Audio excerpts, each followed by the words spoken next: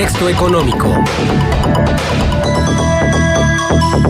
Pues está ya Daniel González, economista. Daniel, bienvenido, buenos días, te escuchamos.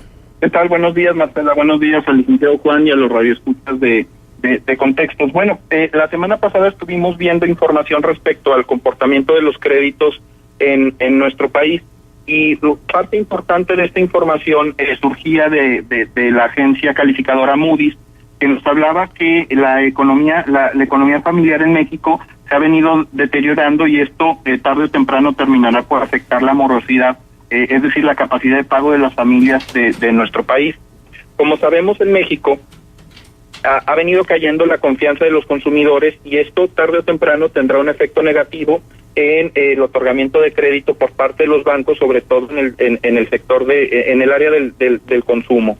Este deterioro de la confianza se relaciona con cuatro aspectos relevantes en el comportamiento de la economía mexicana actual, y una tiene que ver con la renegociación del Tratado de Libre Comercio, que es un tema que hemos venido viendo a lo largo de todo un año ya prácticamente, el incremento de la inflación, que en el 2017 cerró, como sabemos todos, en el 6.7%, y a final del mes de enero estaba en el 5.5%, las cifras más altas desde los últimos 17 años. También vienen acompañadas este deterioro de la confianza del consumidor por el incremento de las tasas de interés, que ha pasado del 3% al 7.5%, y por supuesto el tema de la incertidumbre en las elecciones del 1 de julio del 2018.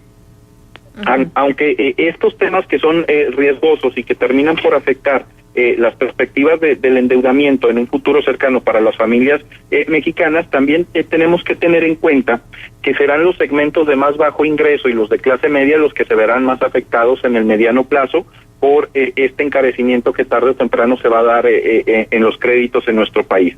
Y es que, bueno, para bancos importantes, la cartera del consumo, bancos como Citibanamex o Bancomer, representa entre el 25 y el 30% de los productos financieros que están ofreciendo. Y por otro lado, la cartera vencida en promedio, de acuerdo a la Asociación de Bancos de México, se encuentra en el 4.5%. ¿Y eso es mucho o es poco, Daniel? Digamos que un índice medio que hemos visto en los últimos años en la economía mexicana se ubica en el 4%.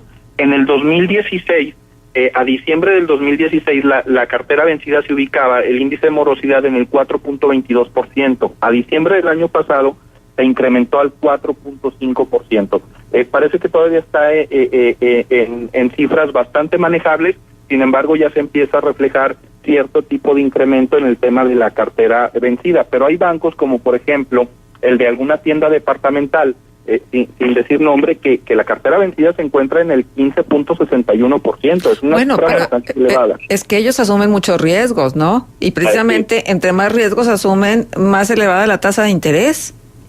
Precisamente, y que son productos financieros que van muy enfocados a los segmentos de la población con más bajo ingreso precisamente, y en función de eso se encuentra el riesgo y el alto índice de su tasa de interés, y que se refleja también, por supuesto, en este 16% de la morosidad, cuando Ajá. La media nacional, como decimos, está en el 4.51%, que tuvo un incremento de 0.30% en el último año. Oye, Daniel, pero además este tipo de bancos ligados a mueblerías y a otro tipo de establecimientos comerciales, tienen luego una forma muy feroz de cobrar. O sea, la verdad es que va junto con pegado, ¿no? Arriesgan, no les pagan porque los intereses son también más altos, luego entran a cartera vencida, y ellos, pues como los bancos en general, nunca pierden, ¿no? Y entonces a cobrar de una manera muy feroz. Muy feroz, y en función precisamente de esto que tú dices, empieza a preocupar el tema de la deuda en el sector de más bajos ingresos, que es un sector informal para la economía mexicana. Déjame comentarte que en función de este planteamiento que tú haces, los hogares en promedio en México destinan el 8% de sus ingresos para pagar deudas financieras, de acuerdo a la Comisión Nacional Bancaria y de Valores y al informe de Bancomer, a un informe que presentó la semana pasada Bancomer del comportamiento financiero en nuestro país.